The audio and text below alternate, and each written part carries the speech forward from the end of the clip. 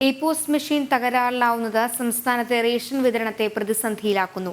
പ്രശ്നത്തിന് ശാശ്വത പരിഹാരം ആവശ്യപ്പെട്ട് പ്രതിഷേധത്തിന് ഒരുങ്ങുകയാണ് സംയുക്ത റേഷൻ ഡീലേഴ്സ് കോഓർഡിനേഷൻ.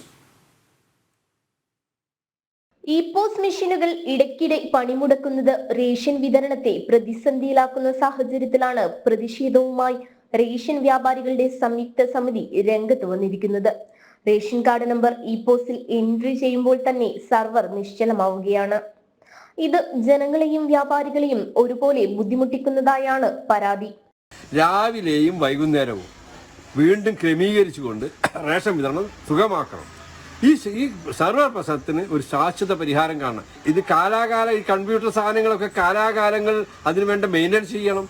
ഇതൊന്നും ചെയ്യാതെ ജനങ്ങളെയും റേഷൻ വ്യാപാരികളെയും ബുദ്ധിമുട്ടിക്കുന്ന നടപടിയിൽ നിന്ന് അധികൃതർ പിന്തിരിയണം. സർവർ നിശ്ചലമാകുന്നതിനാൽ ബയോമെട്രിക് സംവിധാനവും തകരാറിലാവുകയാണ്. OTPയിലൂടെ മാത്രമാണ് പലപ്പോഴും വിതരണം നടക്കുന്നത്. ആധാർ മസ്റ്ററിംഗ് പുനരാരംഭിക്കുന്നതോടെ പ്രതിസന്ധികൾ കൂടുമെന്നും വ്യാപാരികൾ പറയുന്നു. 2018 കൊണ്ടുവന്ന മെഷീനുകളാണ് നിലവിലുള്ളത്.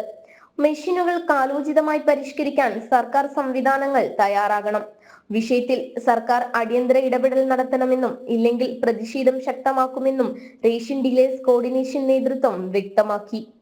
ജനം, കോഴിക്കോട്.